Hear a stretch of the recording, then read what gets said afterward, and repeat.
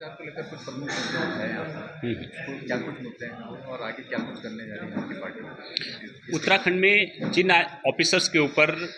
ज़मीनों की अवैध खरीद फरोख्त को रोकने की जिम्मेदारी है, उत्तराखंड की जो आइडेंटिटी है उसको बचाए रखने की जिम्मेदारी है, वही लोग उत्तराखंड में डेमोग्राफी के पर बदलने के लिए पूरी तरीके से जिम्मेदार हैं। ज़मीनों की अवैध खरीद में न सिर्फ जिम्मेदार हैं, बल्कि वो खुद इलीगल माइनिंग से लेकर के ज़मीनों की अवैध खरीद फरोख्त को परमिशन देने के लिए,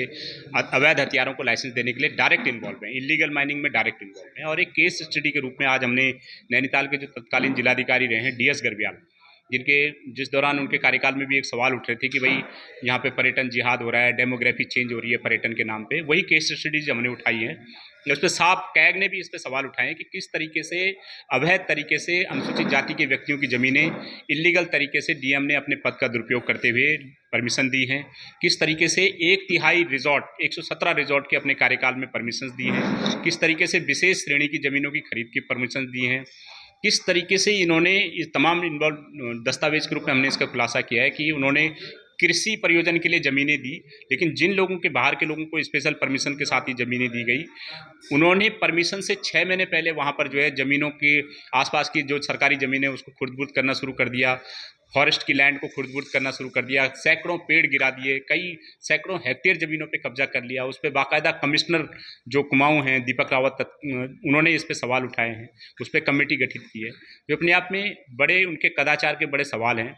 कई लोगों को उन्होंने DM और SDM और SSP की रिपोर्ट आने से पहले डबल शस्त्र लाइसेंस दिए हैं, जो मिनिस्ट्री ऑफ होम अफेयर्स की गाइडलाइंस के बिल्कुल विपरीत है। नेगेटिव रिपोर्ट DM SSP की होने के बाद भी उन्होंने वो शस्त्र लाइसेंस दिए हैं, बार के लाइसेंस दिए हैं। अपने पद का दुरुपयोग करते हुए कई लोगों के साथ मिलकर के उन्होंने जो है उनकी वाइफ के उनके नाम से जो है वहाँ पे ज़मीनें खरीदी हैं, जो अपने आप में कई सारी अनियमितताएं, जिससे साफ लगता है कि वो बाहर के जो भूमाफिया हैं, आपराधिक प्रवृत्ति के लोग हैं, उनके साथ सीधे सीधे इन्वॉल्व हैं। और अगर किसी जिले का जिलाधिकारी ही आपराधिक प्रवृत्ति के लोगों को